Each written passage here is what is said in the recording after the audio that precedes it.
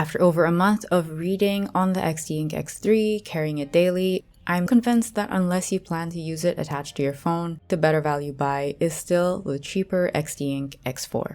And to explain why, this video will go over the main upgrades and downgrades between these two readers.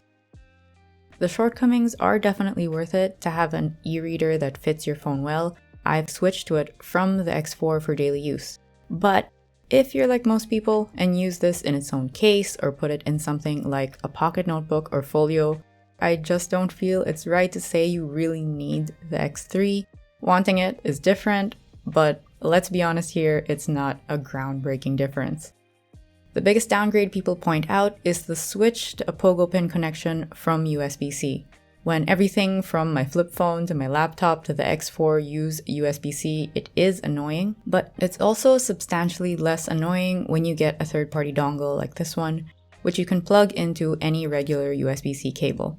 Wish they did what Pebble did, which is ship this type of dongle with their device to begin with instead of the cable, but maybe they'll consider it for future readers. Also a little irritating, you have to remove the device from the case or whatever to charge it, unlike the X4, but since charging is infrequent, not too bad. Needing to get a dongle also adds to the price difference, which is another downside here, especially since people have gotten the X4 for closer to $50, albeit with more risk than getting from the official site. Depending on the user, the size is not actually a downgrade.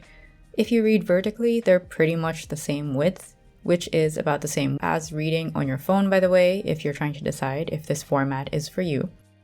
But the X3 is noticeably smaller if you read in landscape, while the X4 is closer to what I would consider typical book line length, comparing here to a Kindle Paperwhite. So again, unless you really needed to fit your phone or something, the X4 is already plenty tiny for most people. In terms of the reading experience, the X3 and X4 have the same stock firmware, so that's same features basically. You can also get the most popular community firmware Crosspoint on the X3, so it's pretty even there as well. Note that if you use the X3 on your phone, it fits and sticks well enough that I'm not really worried about it falling, but it isn't as firmly stuck for some reason if you push it a bit, despite the fact that the magnet is better placed. Hasn't been a problem so far, but I'd be aware that it's not bumped or pushed off by something in my pocket or while taking it out. I alternate between keeping it on my phone and attached to the Xteink magnet case. The connection to the case is way more solid. Underrated X3 upgrade though is the position of the power button, which is much harder to accidentally trigger if you're holding it or picking it up by its sides compared to the X4. This seems like such a tiny thing, but it really made a big difference to me in day-to-day use. There are a few features which are marketed as upgrades, but aren't quite yet.